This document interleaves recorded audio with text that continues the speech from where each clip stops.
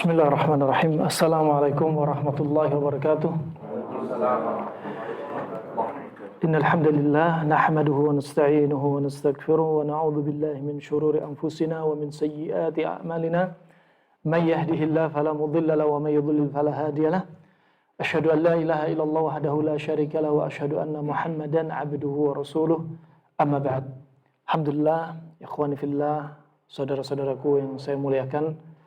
Ya, MBI Chapter Bandung, jazakumullah khairul jaza, ya, sudah menerima kami, ya, niat baik kami untuk berziarah, ya, dan mana ziarah ini punya banyak keutamaan, ya, di antara keutamaan ziarah ini adalah Allah akan berikan kecintaan Allah kepada siapa? Kepada mereka yang saling menziarahi. Ya, kalau Allah cinta dengan hambanya, maka Allah akan memerintah kepada para malaikatnya untuk juga mencintai kita. Nah, maka semoga kita, ya, diberikan kecintaan Allah kepada kita, ya, dan malaikat juga mencintai kita. Dan pada kesempatan kali ini, min bab tawasau bil haq wa tawasau bis sabr, menasihati dalam perkara al-haq, saling menasihati dalam perkara kesabaran. Sebagaimana judul yang sudah tersebar dalam poster, yaitu jebakan iblis pos Ramadan. Nah, karena iblis pasang jebakan sangat banyak dari pintu-pintu yang iblis paham. Bagaimana iblis menjebak orang-orang yang bodoh lagi dungu. Bagaimana iblis menjebak orang-orang alim dan muta'allim. Bagaimana iblis menjebak ahli ibadah. Bagaimana iblis menjebak ahli dunia. Dan bagaimana iblis menjebak para biker. Nah, dipasang jebakannya masing-masing. Kemudian rahimakumullah jami'an. Iblis, jebakan iblis ini dikenal dengan talbis. Ya, talbis. Dikenal dengan talbis iblis. Namanya talbis dalam bahasa yaitu apa? Idharul batil fi suratil haq. Menampakkan yaitu kebatilan dibungkus dengan kebenaran. Dibungkus dengan kebaikan. Maksiat dibungkus dengan ketaatan kepada Allah Subhanahu wa taala. Itu namanya talbis. Penyamaran. Ya. Dan ada juga al-ghurur. Kalau al-ghurur, ya, al-ghurur yaitu jahl yujibu i'timad al-fasid sahihan aw ar-radi jayidan. Artinya ghurur itu penipuan. Ya, yang mana ini adalah merupakan jenis dari kebodohan. Ya, yang dengan al-ghurur ini orang atau perkara yang jelek diyakini sama dia perkara yang baik. Dan jebakan iblis, laknatullah alaih, harus dilawan, harus diketahui. Ya, jebakan iblis yang paling banyak itu riya, yang paling sangat sensitif, ya, terjatuh pada siapa saja. Sebagaimana seorang salaf, dia pernah berkata seorang salaf, aku tutup pintu ibadah dari satu pintu ini, dari pintu riya. Iblis membuka pintu riya dari pintu yang lainnya, dari pintu ibadah. Aku tutup pintu ibadah yang ini, iblis buka dari pintu yang lainnya. Terus itu makarnya iblis. Iblis, kalau melihat orang banyak amal ibadah, contoh, iblis itu bikin seperti apa? Al-akyas atau al-kis mafkuk. Seperti kantong belanja, kantong plastik tapi jebol bawahnya. Itu, ya, kalau kita gambarkan bagaimana sih jebakan iblis. Kita beramal-amal soleh, kita saling berziarah antara kita dari kota ke kota, Masya Allah. Iblis bikin jebakan. Masya Allah, tuan rumah ahlan wa sahlan, Masya Allah menghidangkan semua makanan, ini tamu. Tuan rumah meyakini hadis Nabi, ya, man kana yu'minu billahi wal yawmil akhir falyukrim dhaifah. Barang siapa beriman dengan Allah dan hari akhir, maka muliakan tamunya. Tapi iblis punya jebakan. Ini Masya Allah, ada tamu datang dari jauh, Masya Allah dijamu. Setelah tamu pulang, antara tuan rumah, anak tahu si Fulan. Fulan dulu itu, Masya Allah, maksiatnya. Ini jebakan iblis. Memuliakan tamu, Masya Allah, ketika tamu pulang, dihabisin aibnya tamu. Ini jebakan iblis, jangan sampai. Ya. Kemudian jebakan iblis yang lainnya, Masya Allah, si Fulan kalau infak kemana-mana, sampai tangan kirinya nggak tahu apa yang diinfakkan tangan kanannya. Diam-diam. Kemana-mana, ketemu orang miskin, kasih. Diam-diam. Ya, sembunyi-sembunyi. Malam-malam misalkan. Atau alhasil betul-betul menyembunyikan. Tapi jebakan iblis, pinter. 1 tahun kemudian cerita. Ana biasanya kalau infak, nggak mau terang-terangan ana. Jebol juga, kantongnya jebol. Subhanallah. Setahun sabar nggak cerita, ternyata cerita juga. Nah, kemudian juga ada amalan-amalan yang lainnya. Ini amalan-amalan kayak gini bagi iblis itu enteng. Coba bayangkan dari zamannya Adam alaihissalam sampai zamannya Nuh alaihissalam, iblis sabar 1000 tahun untuk apa? Untuk menjerumuskan umat manusia ke dalam kesyirikan. 1000 tahun. Dari Adam alaihissalam sampai zamannya Nabi Nuh, 1000 tahun. Sampai akhirnya umatnya Nabi Nuh terjerumus dalam kesyirikan. Subhanallah. Nah, itu jebakan-jebakan iblis alaihissalam. Dan juga di antara jebakan yang lainnya, ya, melakukan sholat malam. Masya Allah, ajib ini. Sudah perjalanan jauh, ya. Baker ini capek dari Medan Jakarta misalkan. Nah, kemudian istirahat. Masih sholat malam, jam 3 sholat malam. Cerita besok ke teman-teman. Waktu makan pagi cerita, ya akhi, Masya Allah, tadi malam, saya pas sholat malam, dengar burung gagak jam 3. Ya. Padahal ini keyakinan burung gagak ini termasuk apa? Keyakinan syirik. Ya. Termasuk tatayur. Cerita sebenarnya bukan cerita burung gagak. Sebenarnya yang ditonjolin itu salat malam. Sindikat saja ini burung gagak. Nah, ini rahmatullah jebakan iblis. Jebol lagi amalannya. Nah, jebakan iblis ini sebelum kita masuk dalam pembahasan gimana trik-triknya iblis, gimana jebakan-jebakan iblis terkhusus pos Ramadan, kita ingin tahu, ya, apa sih iblis? Siapa sih iblis? Perlu diketahui, iblis itu bukanlah malaikat. Iblis itu dari kalangan jin. Ya, iblis dari kalangan jin. Dan iblis ini adalah dedengkotnya setan. Jin dibagi menjadi 2. Jin yang saleh, jin yang sesat. Ya, sesat ini namanya setan. Bapaknya adalah iblis. La'natullah alaih.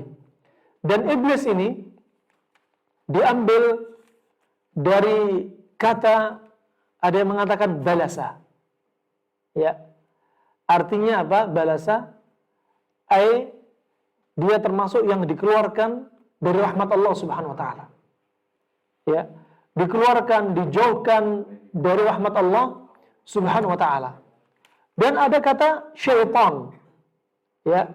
Seperti syaitan. Syaitan diambil dari kata syatana. Artinya ba'uda. Jauh dari apa?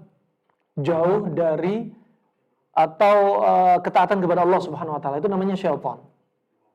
Nah, antum nggak boleh kalau dapatin orang sesat-sesatnya saudara kita dari kaum muslimin, sesat polda, maksimal sesatnya.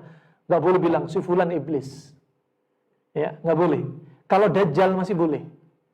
Kalau iblis nggak boleh. Karena dajjal banyak, dajajilah banyak. Tapi kalau iblis jangan. Karena iblis itu adalah puncak dari kejahatan.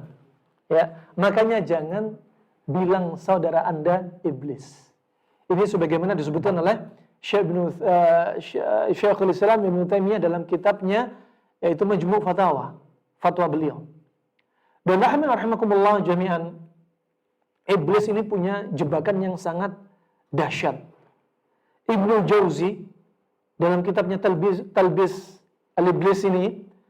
Iblis ini, dia memisalkan iblis itu seperti apa sih? Bagaimana cara menyerangnya manusia? Dengan pasukan-pasukannya dari syaitan ini, dimisalkan oleh Ibnu Jauzi bahwasannya kita ini seperti apa? Seperti benteng yang ada pagar-pagarnya, atau apa istilahnya pagar keliling itu apa namanya? Benteng. Istana di tengah, kemudian ada bentengnya. Ini dimisalkan beliau. Dan benteng-benteng itu ada pintu-pintunya. Dan penghuni istana itu adalah akal kita. Penghuni istana adalah akal kita. Dan iblis, cara menyerangnya, menyerang yaitu penjaga benteng. Di antara cara dia dengan pasukannya, iblis ini menjadikan pasukannya keliling di luar benteng. Dicari pintu-pintu, yang mana pintu itu pasti ada celah. Di situ setan ingin melihat celah celah yang kosong, kapan akan kosong dari para penjaganya ini. Dilihat, ketika kosong dari penjaga, maka setan nyerang. Ya, diintip kapan akan lalai para penjaga ini. Ya, jika penjaga ini lalai, dia akan nyerang. Penjaga itu adalah apa? Ketaatan kita kepada Allah. Tatkala kita taat, berarti kita sedang dalam keadaan ada penjaga. Bismillah.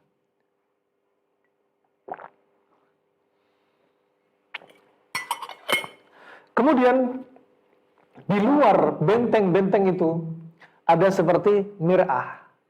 Ada seperti kaca-kaca untuk memantau. Katakan zaman sekarang CCTV. Ada kaca untuk memantau di pojok-pojok benteng. Untuk melihat ada nggak yang jalan di bawah-bawah benteng. Itu sudah disebutin Ibnu Jauzi. Dan caranya setan, kaca-kaca tadi dihembuskan dengan asap, dengan dukhon. Biar apa? Biar yang mantau nggak bisa ngelihat kaca. Itu caranya. Dan dari celah-celah pintu tadi dicari kapan saatnya penjaga ngantuk, kapan saatnya penjaga lalai, saat itulah setan nyerang. Itu kondisinya mereka. Ya. Dan kapan lalainya penjaga ini, mereka paham. Ya, ketika sedang ibadah, kapan orang ini bisa tertipu dalam keadaan dia rajin ibadah. Ketika dia sebagai seorang dai, bagaimana cara dai ini dia akan lalai. Ya. Kemudian ketika ketemu dengan orang-orang di antaranya suka berinfak, bagaimana cara orang ini bisa kena lalai dari infaknya sehingga dia bisa riya dengan infaknya. Itu pintar sekali. Nah, ini jebakan-jebakan mereka. Dan pernah juga ditanyai Al-Hasan Al-Basri ketika ditanya, ayanamu iblis? Apakah iblis itu tidur? Ya, kata Al-Hasan Al-Basri, lau nama lawajadna rahah. Seandainya dia tidur, tentunya kita akan tenang.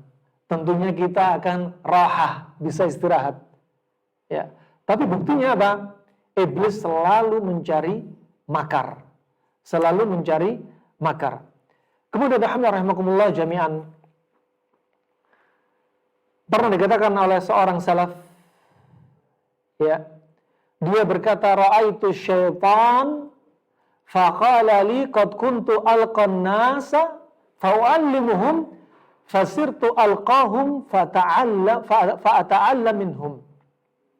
Kata seorang salaf ini, dia berkata, aku melihat setan ini berkata kepadaku, jin yang buruk peranginya, dia adalah setan. Ini salaf diajak bicara sama setan. Dikasih tahu. Katanya setan apa? Aku telah mengajari manusia untuk berbuat jelek. Untuk berbuat buruk. Setelah manusia berbuat buruk, setelah itu kok ternyata aku belajar keburukan dari manusia. Coba. Nah, manusia ya diajari sama setan untuk berbuat jelek, berbuat buruk. ketika sudah berbuat buruk, apa kata setan? Kemudian aku ambil faedah dari manusia bagaimana berbuat buruk, coba.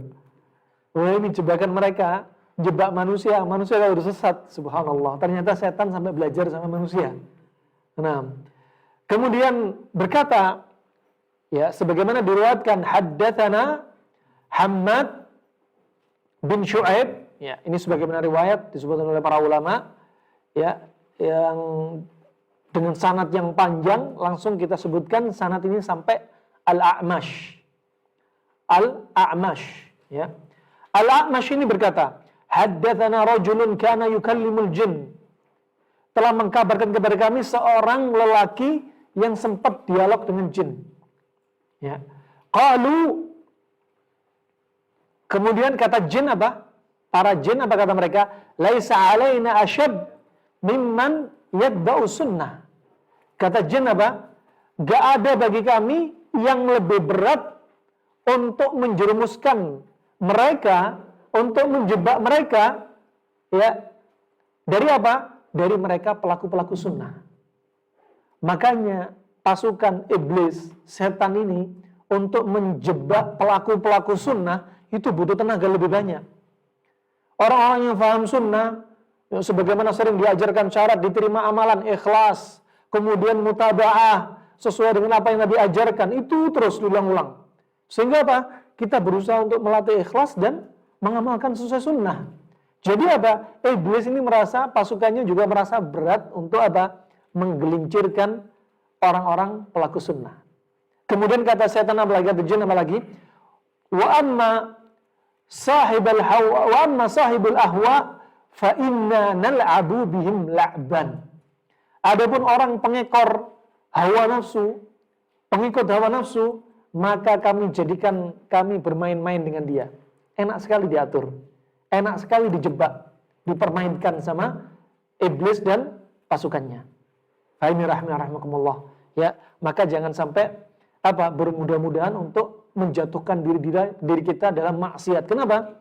Kita akan dipermainkan oleh iblis dan pasukannya. Dan perlu diketahui, ziarah di antara kita, di antaranya bukan ziarah hanya makan cipika-cipiku, ketemu aja, ya. Bukan, tapi plus menuntut ilmu. Sama, ya. Kita semua menuntut ilmu. Ana menuntut ilmu, antum juga menuntut ilmu. Kita saling memberi faedah. Sahabat saja, ketika dapat kasus dengan sahabat yang lainnya, sahabat yang lain belum tahu apa yang disampaikan sahabat yang lain. Gak ada beda antara kita.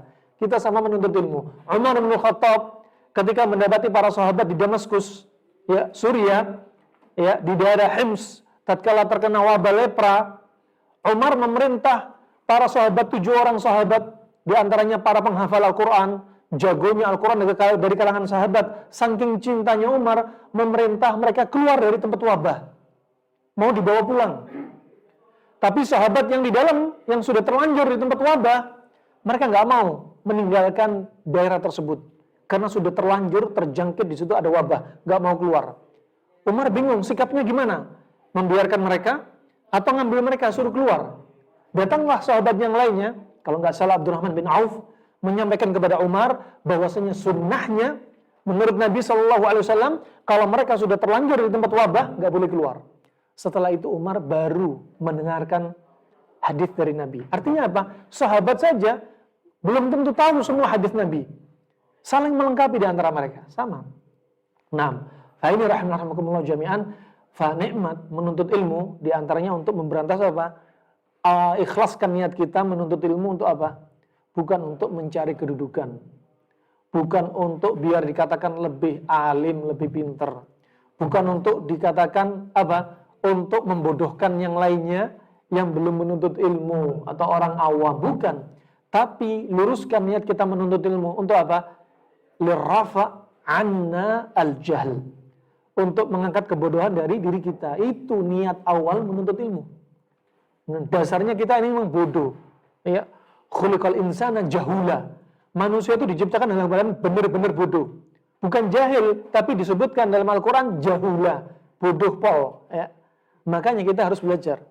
Nah, khuliqal insana dha'ifa. Manusia diciptakan dalam keadaan lemah. Khuliqal insana ajula, manusia diciptakan dalam keadaan tergesa-gesa. Itu tabiatnya kita, pengen tergesa-gesa. Yang jomblo pengen cepet kawin, itu nggak apa-apa. Ya. Tergesa-gesa dalam beberapa perkara itu perlu. Ya, daripada terjatuh zina, tergesa-gesa untuk cepat nikah nggak apa-apa. Dan ada tergesa-gesa yang tercela. Wal ajala minasyaiton. Ya, dan tergesa-gesa adalah apa? Dari syaitan. Rahimana rahimakumullah jami'an. Di antara ziarah kita adalah untuk apa? Saling berbagi ilmu, dan itu adalah merupakan ibadah terbesar setelah ibadah fardhiyah. Ibadah terbesar setelah ibadah apa? Fardu. Setelah sholat 5 waktu dan ibadah fardu yang lainnya adalah menuntut ilmu. Masya Allah. Ikan di lautan memintakan ampun untuk orang yang menuntut ilmu. Semut di lubangnya memintakan ampun untuk orang yang menuntut ilmu. Ya, belum lagi malaikat mengepakkan sayapnya, ridha dengan para penuntut ilmu yang mereka lakukan. Dan disebutkan oleh para ulama bahwasanya menuntut ilmu, kata mereka, adalah min a'zami asbabir rizq wa ikram min Allah jalla wa ala. Ya. Menuntut ilmu adalah termasuk sebab terbesar untuk mendatangkan rizki. Masya Allah. Menuntut ilmu adalah sebab terbesar untuk mendatangkan rizki. Ya. Dan mendatangkan kemuliaan dari Allah Subhanahu wa taala. Ya. Dan sebagaimana disebutkan bahwasanya orang yang menuntut ilmu, maka derajatnya akan ditingkatkan. Ya, akan dinaikkan oleh Allah Subhanahu wa taala. Ibnu Taimiyah pernah mengatakan, inna a'zama al-jud badlul ilm. Sesungguhnya perbuatan baik yang paling agung adalah menyegerakan diri untuk menuntut ilmu. Ya, menyegerakan diri untuk menuntut ilmu. Nah, kemudian rahimakumullah, dari Anas bin Malik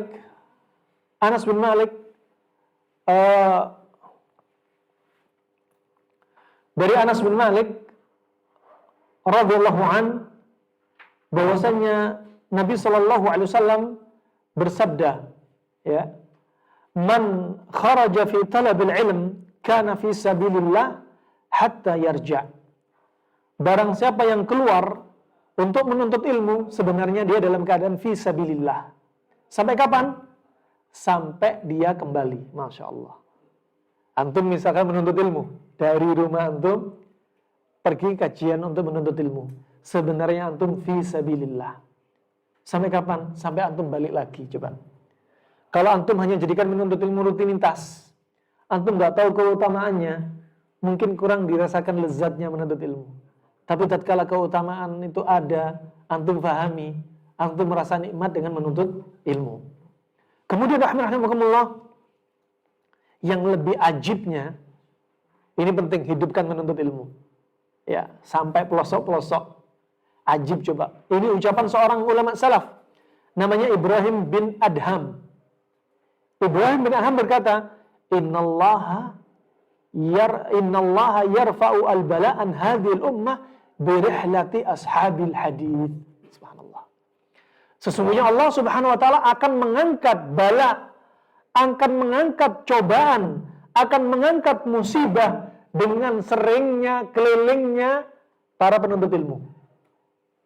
Zaman dulu ashabul hadith, zaman sekarang kan para penuntut ilmu. Ya, baker menuntut ilmu, Masya Allah, termasuk sebab dari apa? Diangkatnya musibah.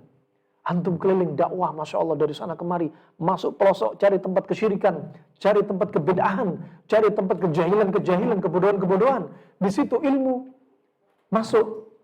Ya, terkadang biker masuk daerah-daerah yang nggak bisa ditempuh sama kendaraan, yang sama sekali dakwah nggak bisa masuk di situ.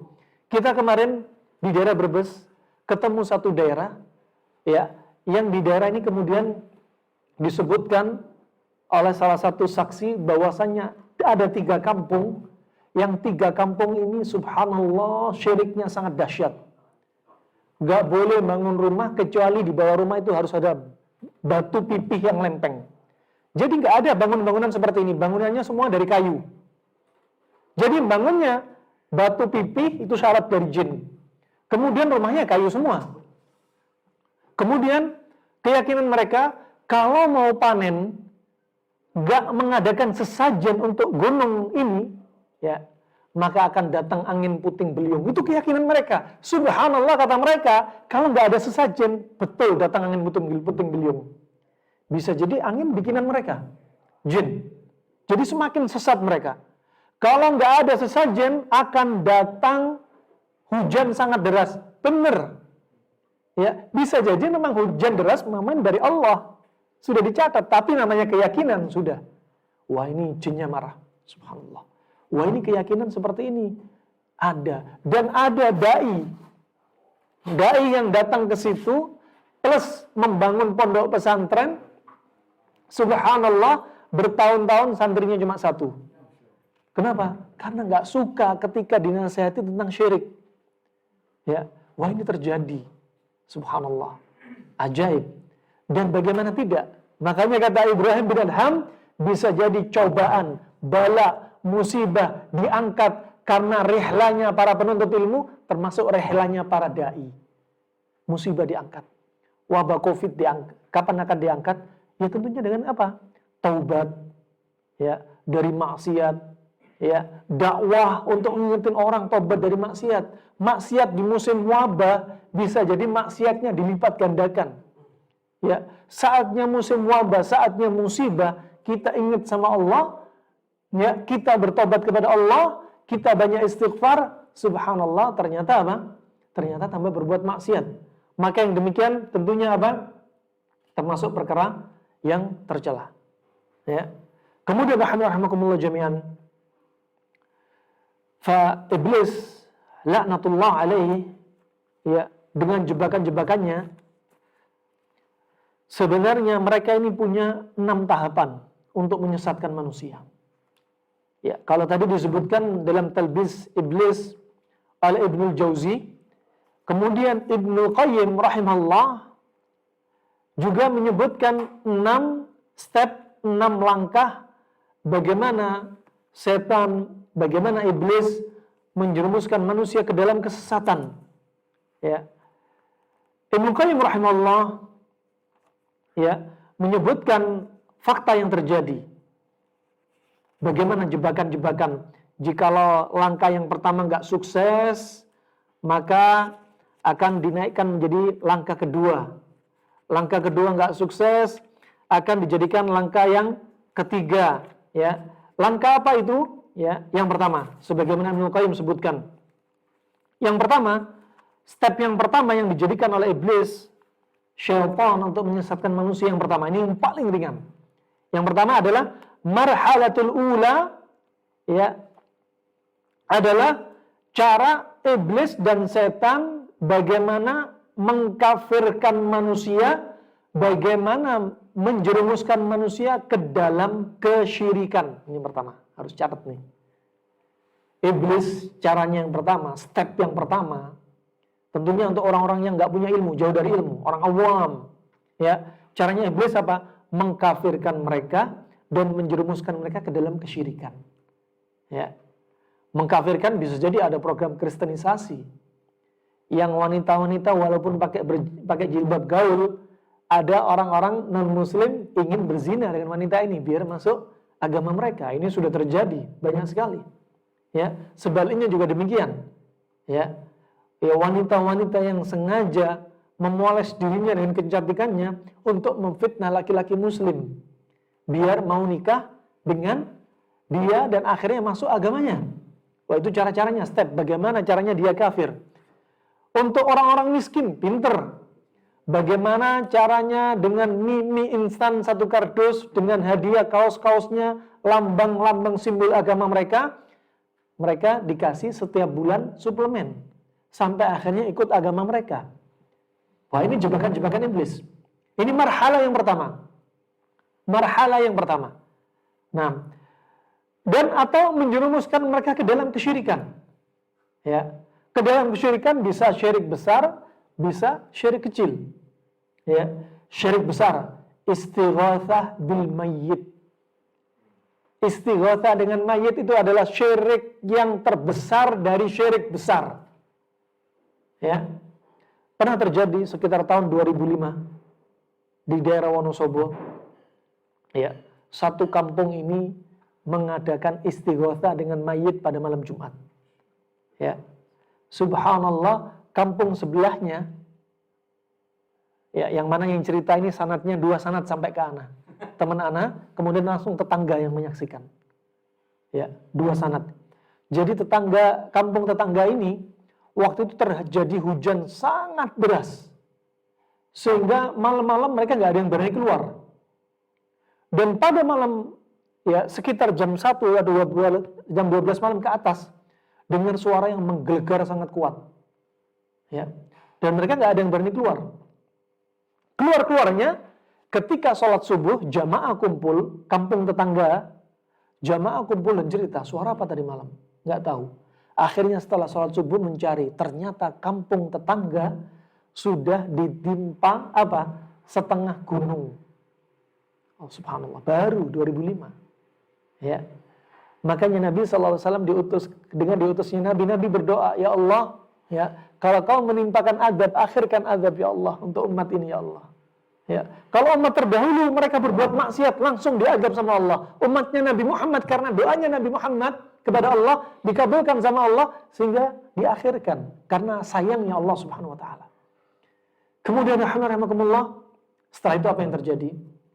Setelah itu yang terjadi, ternyata kampung sebelah ini ditimpa separuh gunung. Habis satu kampung yang semalamnya istighatsah dengan mayit. Diberitakan di televisi adalah karena gunung longsor. Gimana gunung bisa longsor? Padahal ada gunung. Kalau longsor harus lewat gunung setelahnya. Ya, ternyata gunung ini terbang, ditimpakan oleh Allah melalui malaikatnya. Wa ma ya'lamu junuda rabbika illahu. Gak ada yang tahu pasukan Allah kecuali Allah. Allah mengirimkan pasukannya malaikat untuk menerbangkan setengah gunung untuk ditimpakan kepada orang yang istighatsah bil mayyit. Nah, wah ini syirik besar yang paling besar. Dan syirik besar, istighatsah bil mayyit. Kemudian rahimahumullah, marhalah yang kedua. Kalau cara mengkafirkan orang muslim dengan cara iblis dan pasukannya ini gak sukses, cara menjerumuskan ke dalam kesyirikan gak sukses, naik dosisnya ditambah sama iblis dan pasukannya. Yaitu apa? Marhalatul bid'ah. Dinaikkan dosisnya agar kaum muslimin terjatuh dalam kebid'ahan. Oh, ini jebakan berikutnya. Ya, agar terjatuh dalam kebid'ahan. Dan perkara ini yang menjadikan fitnah bagi kaum muslimin. Mereka menganggap bid'ah ini adalah ibadah, padahal bid'ah bukanlah ibadah. Ya, bid'ah nggak masuk ibadah. Ya, mereka menganggap kalau sudah terjatuh dalam bid'ah, mereka menganggap di atas kebenaran. Kalau orang zina, dia tahu kalau zina itu haram, minum khamr itu haram, makan riba haram. Tapi kalau orang bid'ah, dia merasa dia di atas ketaatan kepada Allah. Ketika dinasihati, dia malah marah. Dikit-dikit bid'ah, dikit-dikit bid'ah, dasar Wahabi. Ya.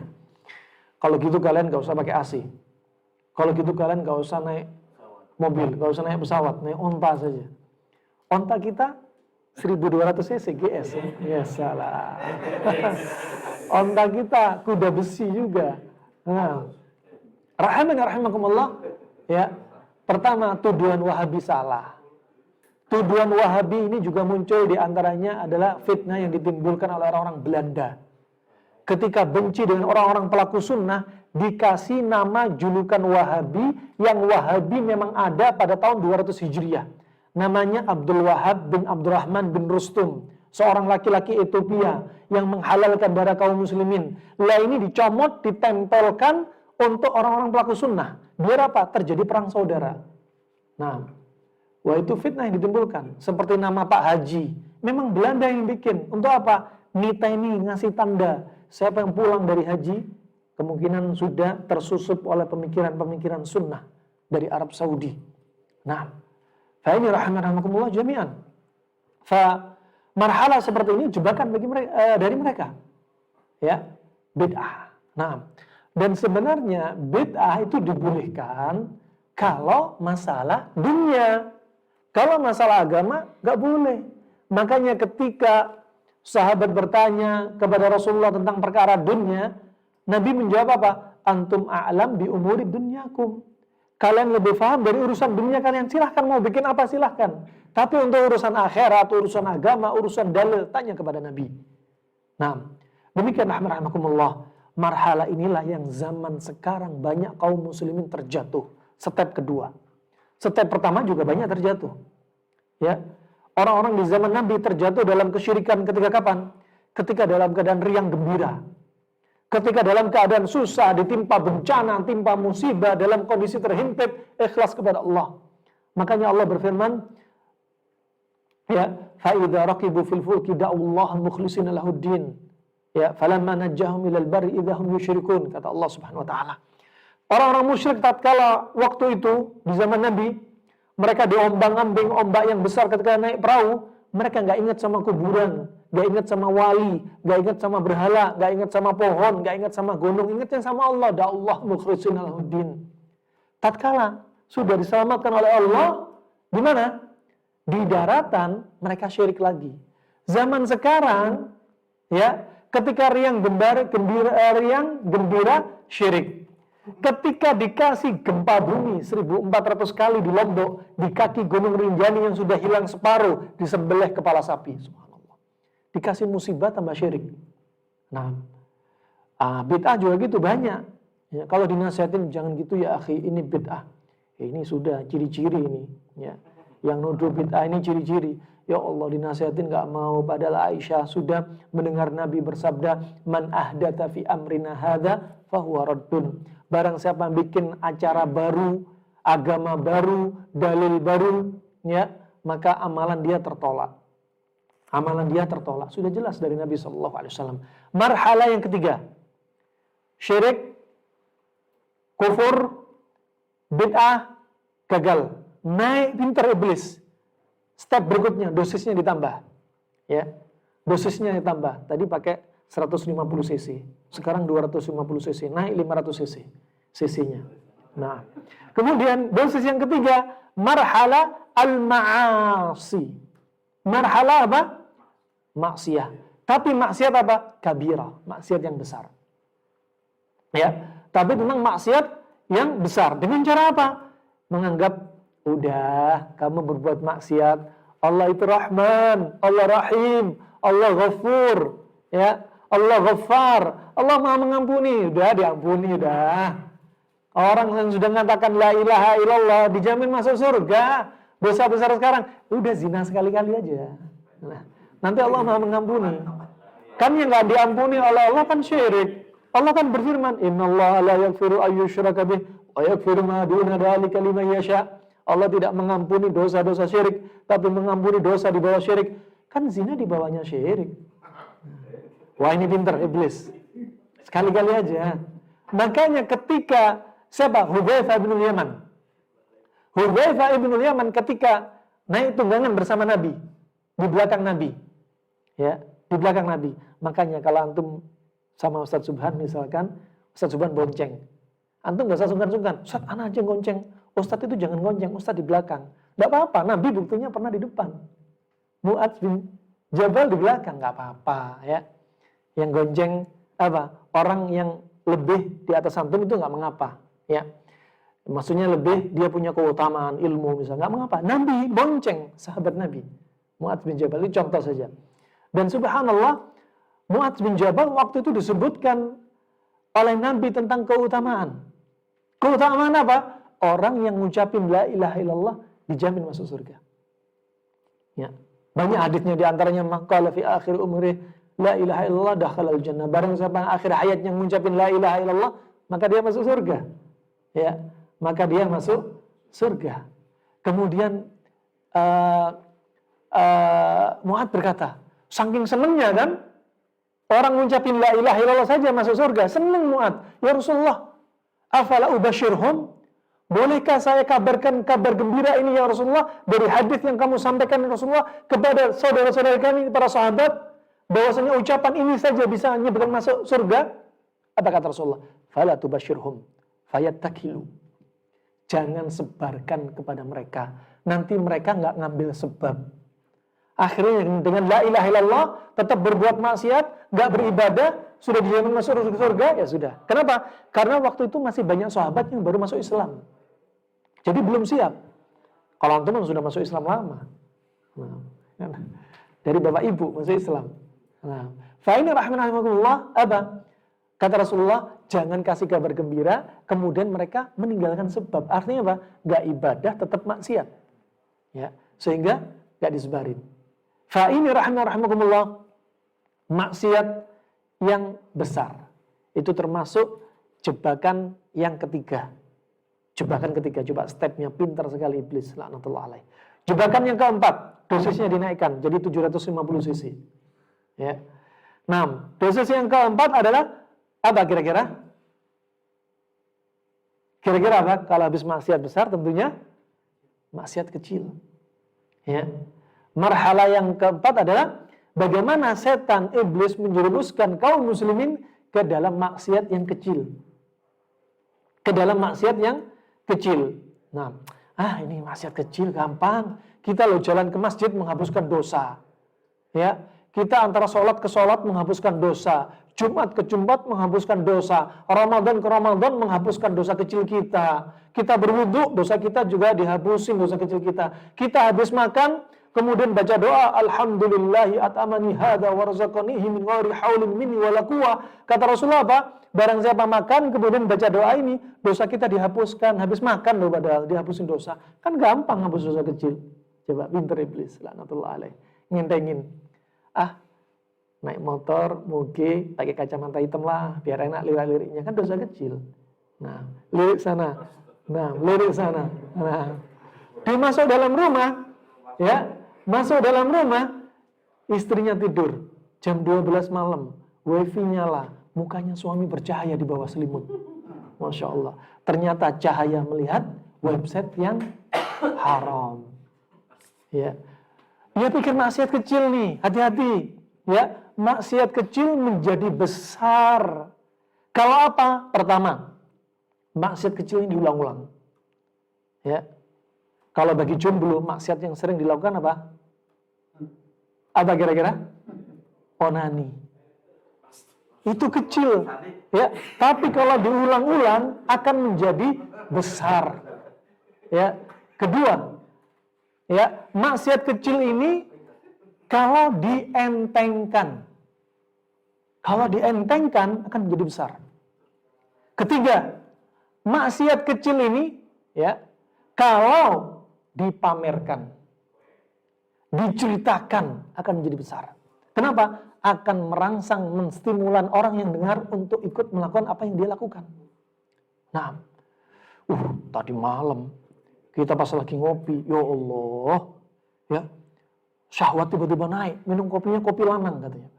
Ya. Akhirnya onani, enak sekali onani. Cerita. Yang lain diceritai jomblo semua. Ya. Akhirnya jomblo, onani semua. Coba. Jadi besar. Nasallallahu alaihi. Hati-hati rahmatullah jami'an. Nah, makanya basmi jomblo, basmi COVID-19. Ya. Nah. Rahimakumullah. Sebagaimana disebutkan sebagaimana disebutkan Nabi SAW juga dari hadis Ibnu Mas'ud, dari Ibnu Mas'ud dia juga berkata ucapan yang sama, ya, seorang mukmin yang kuat dia apa? Melihat maksiat walaupun kecil kal jabal sayaqa'u alaih. Melihat seperti apa? Gunung besar akan menimpa kepala dia. Ini maksiat kecil apalagi besar. Adapun orang yang imannya letoy, imannya afkiran, imannya loyo, apa? Dia melihat maksiat kecil seperti apa? Kadzubab yamurru fi anfih. Seperti lalat hinggap di hidungnya. Lalat aja.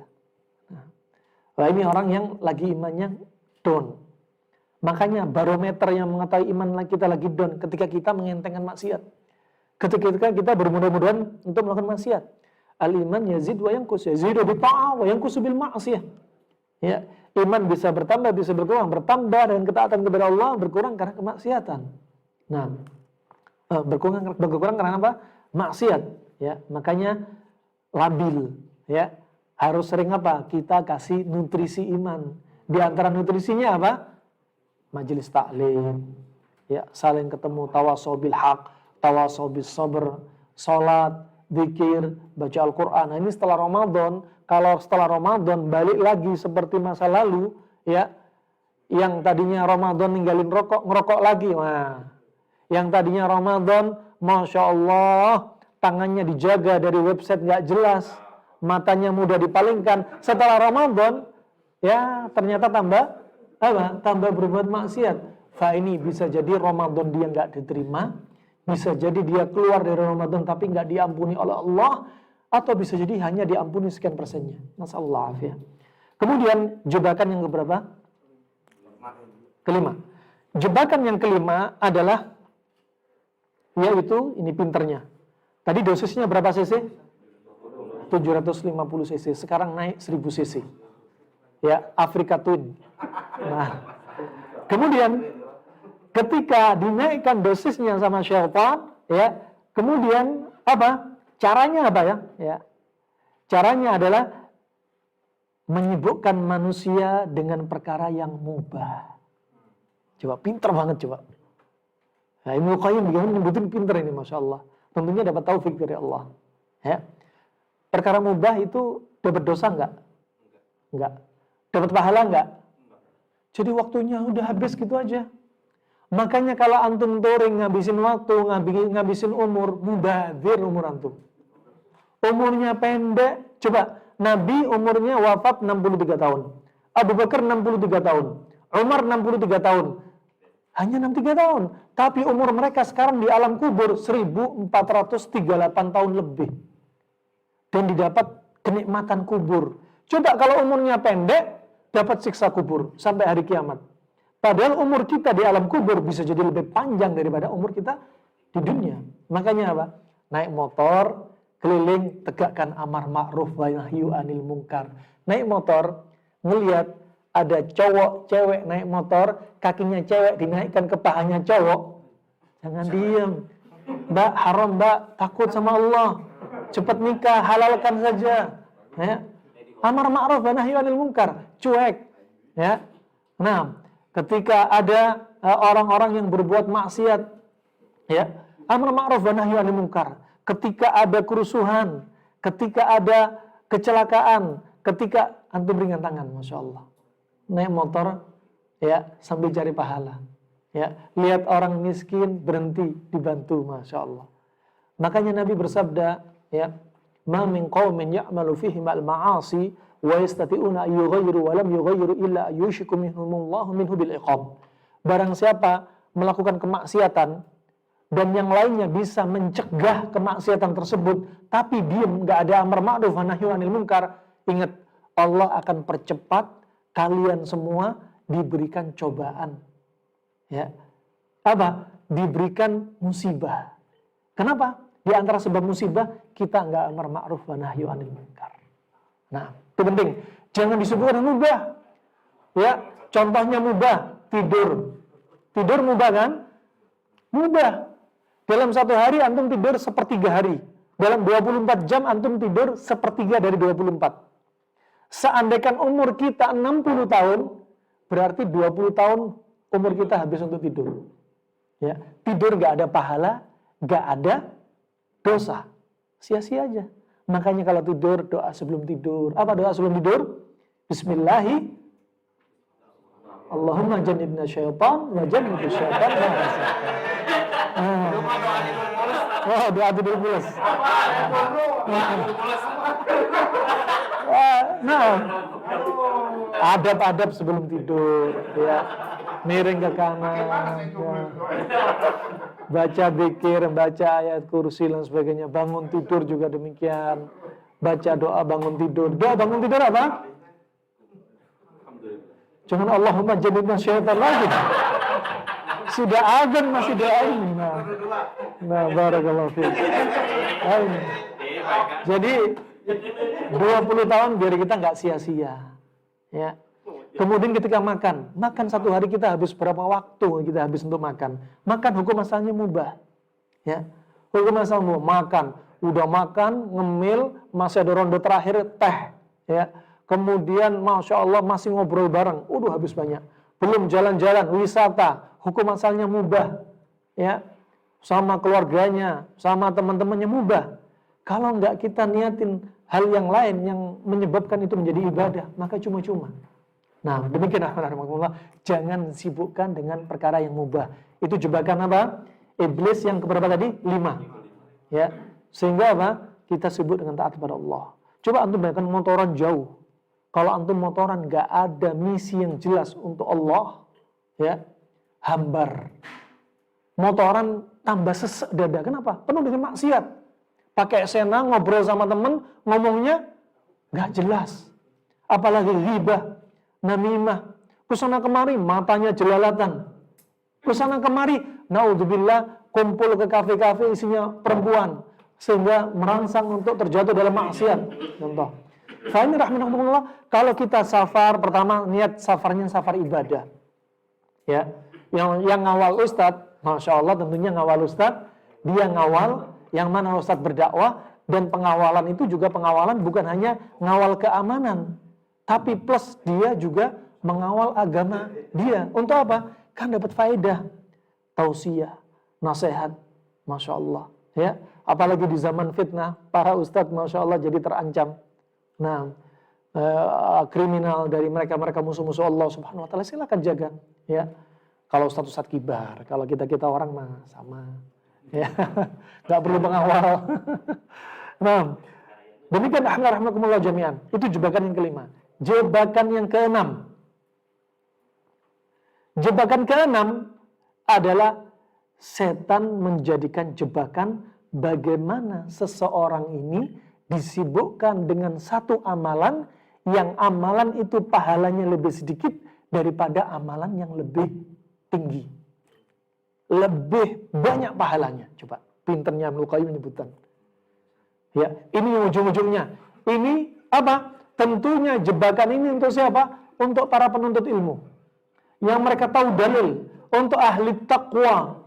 Yang mereka tahu dari mana sela-sela jebakan iblis ini. Subhanallah, makanya apa? Disibukkan manusia untuk mencari apa? Amalan yang pahalanya ringan, ya, tapi meninggalkan yang lebih utama. Contoh. Masya Allah, contohnya sholat malam, Masya Allah, bangun jam 2. Allahu Akbar. Sampai tidur setengah 4. Masya Allah, berapa juz dia baca. Ya, sholat malam. Habis itu dia tidur, ngantuk. Ya, habis tidur, ini rutinitas. Habis tidur, sholat subuhnya di rumah aja lah. Padahal yang lebih utama, wajib, ditinggalkan oleh ibadah yang sunnah. Ini contoh.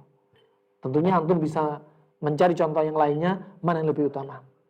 Tatkala ada amalan yang lebih besar, maka kita mengutamakan amalan yang lebih besar daripada amalan yang lebih kecil faedahnya. Nah, itu himmah. Sedangkan iblis dan setan pasukannya menjadikan apa? Amalan kecil lebih diutamakan daripada amalan yang besar. Demikian rahmatullah jami'an. Itu saja yang saya sampaikan, ya, wasiat, ya, kajian Baker jangan lama-lama. Keburu ngegas. Mau cepat ngegas. Nah, katanya yang tahu Baker ya Baker. Saya belajar menjadi Baker. Nah, demikian rahmatullah jami'an, ya, idza atal al-majlis fasyaitan lahu nasib. Kalau majlis terlalu panjang, setan punya bagian. Ya. Itu saja yang bisa saya sampaikan. Mungkin ada pertanyaan. Tafadhol barakallahu fikum.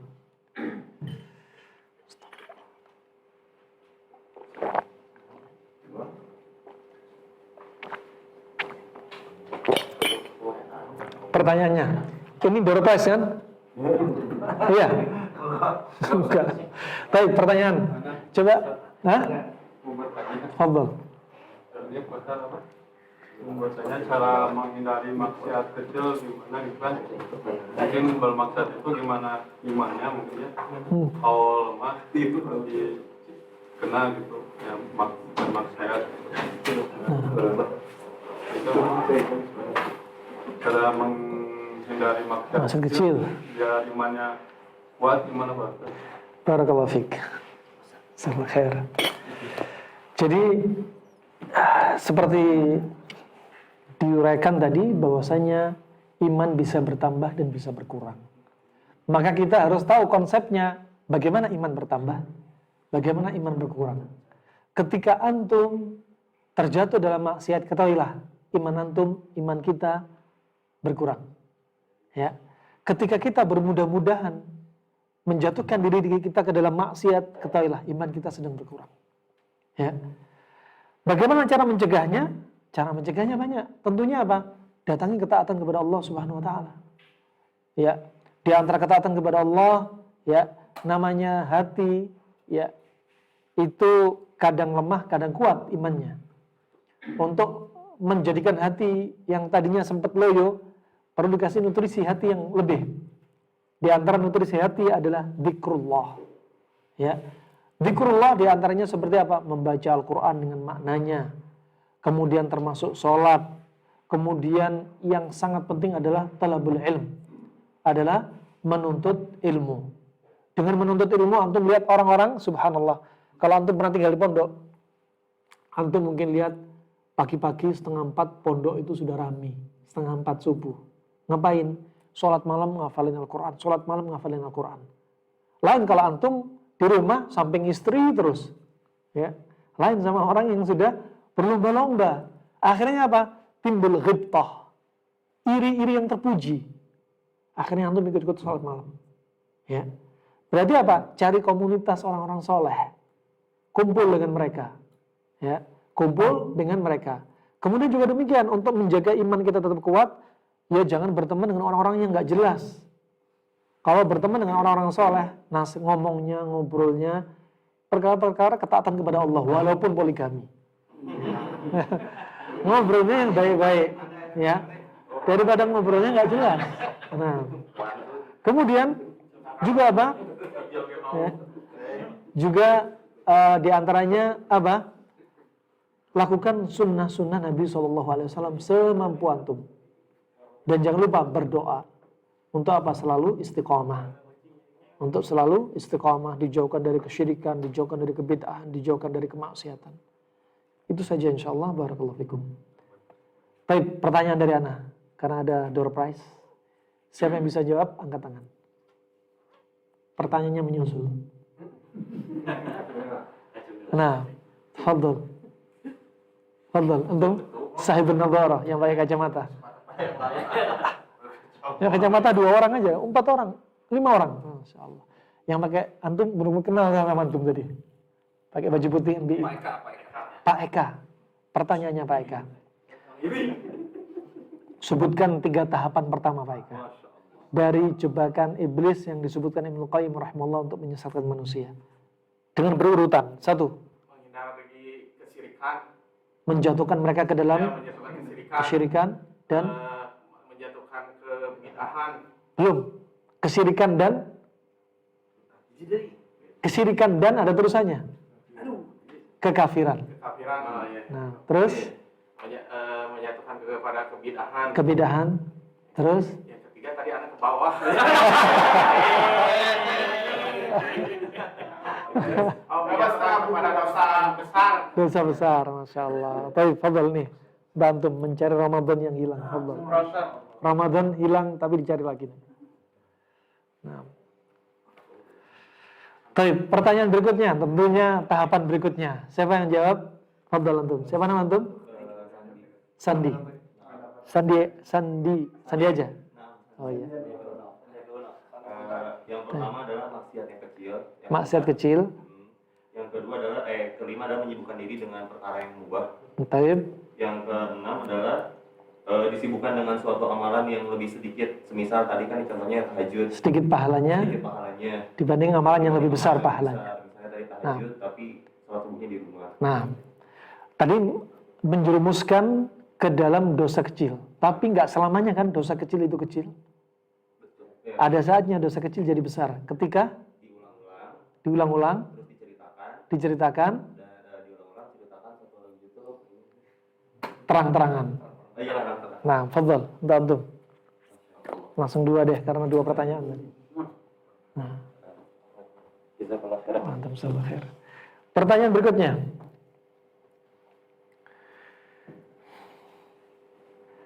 Pertanyaan berikutnya, la ilaha illallah. Sebutkan keutamaan menuntut ilmu.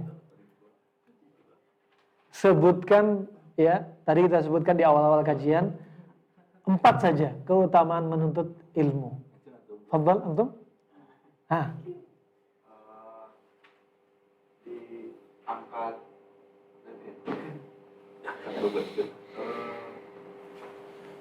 atau ditambah rezekinya. Ditambah rezekinya, termasuk sebab terbesar dari datangnya rezeki. Nah, untuk menuntut ilmu, Masya Allah, ternyata dikasih mugi, Masya Allah. Terus,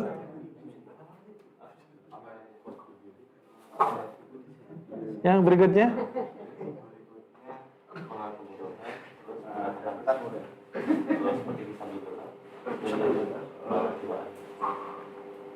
udah apa, lihat catatan aja dah. Lihat catatan. Enggak kecatat, astagfirullah. Enggak, yang lainnya aja. Oh, enggak langsung.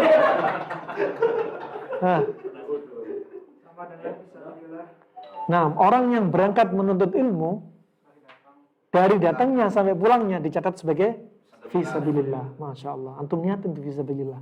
Antum naik motor, jalan kaki, fisabilillah. Masya Allah. Baik, berikutnya. Mengangkatnya bala atau musibah. Ucapan siapa tadi? Ibrahim bin Adham. Ya. Kemudian berikutnya. Segitu aja. Diangkat dari kebodohan. Diangkat dari kebodohan itu niat awal menuntut ilmu. Kemudian yang terakhir, yang keempat, untuk yang semampunya aja, yang keempat, di antaranya banyak sekali manfaatnya, tapi itu yang kita sebutin aja. Apa? Iya, para itu ikan lautan dan semut di lubangnya memintakan ampun untuk orang yang menuntut ilmu. Ya. Kan jawaban 2 yang dijawab, jadi yang ini sulutul araf. Afwan. Baik, pertanyaan berikutnya. Barangkali kurang. Ajib. Masya Allah, ini jam tangan kayaknya. Oh, cangkir. Nah. Baik, pertanyaan berikutnya. Baik.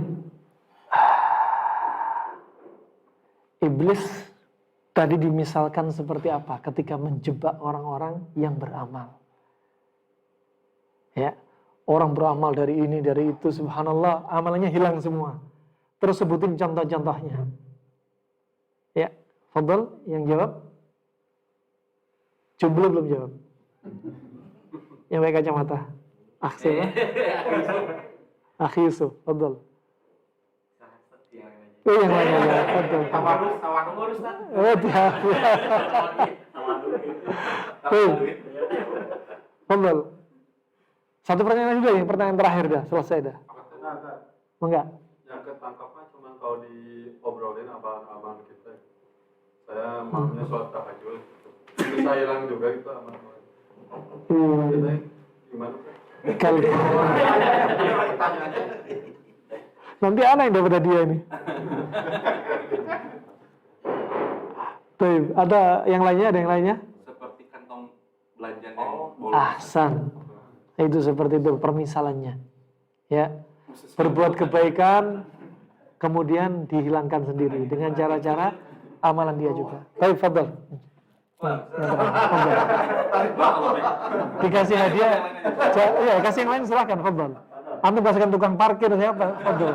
Yang jelas antum dapat hadiah, antum kasihkan hadiah tularin yang lainnya. Masyaallah, fikum barakallahu khair. Insyaallah itu aja yang bisa kami sampaikan. Apa itu? Ini dari tadi di sini, ini dari sebelum Kondor Pes nih. Oh iya, gelas, sawah. Gelas. Sebutkan syarat-syarat poligami. Ayo, Om Daud. Yang penting ada sama alatnya.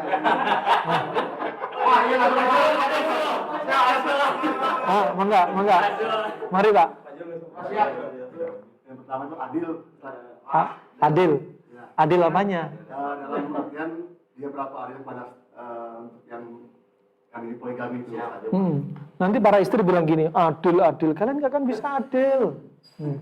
Adil itu susah. Gimana kalau dikasih kayak gitu, gimana jawabnya Pak? Gimana mau adil kan belum mulai. Iya. Kalau mau mulai Iya. Jadi adil di situ bukan adil hati. Kalau adil hati itu mustahil, susah. Rasulullah saja nggak adil. Masalah hati. Dari 9 istrinya Rasulullah paling cinta kepada siapa? Aisyah. Sampai Rasulullah meninggal di atas pangkuan Aisyah. Sampai air ludah Aisyah adalah yang masuk terakhir di bibirnya Rasulullah dari siwak tersebut. Ya, berarti Rasulullah lebih cinta Aisyah dari 9 istrinya. Nah, maksudnya adil sini dalam perkara apa? Bermalam. Dalam perkara berpakaian, ngasih pakaian. Dalam perkara nafkah. Tapi nafkah bukan artinya idem banget. Lain dong adilnya istri pertama sama istri kedua. Istri pertama punya, dari istri pertama 6 anak, dari istri kedua masih perawan. Lain dong. Iya, salam. Itu ya. Ahsan. Itu syarat yang pertama. Syarat kedua.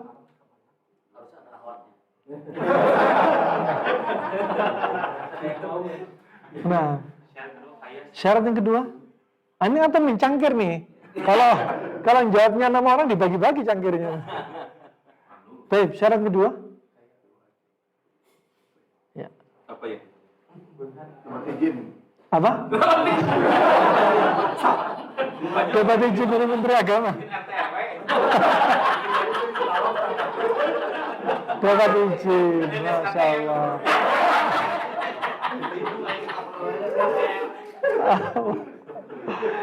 Anak nggak mau panjang lebar karena kajian syarat-syarat ini menjadi satu kajian khusus yang butuh waktu berjam-jam dan bisa menjadi buku khusus. Maka antum berani jawab, kita kasih cangkir. Karena berani saja udah Masya Allah, tinggal berani melangkah.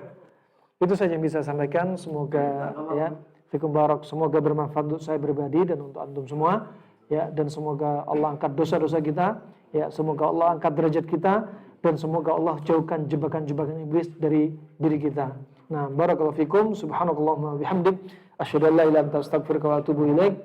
Wassalamualaikum warahmatullahi wabarakatuh. Waalaikumsalam.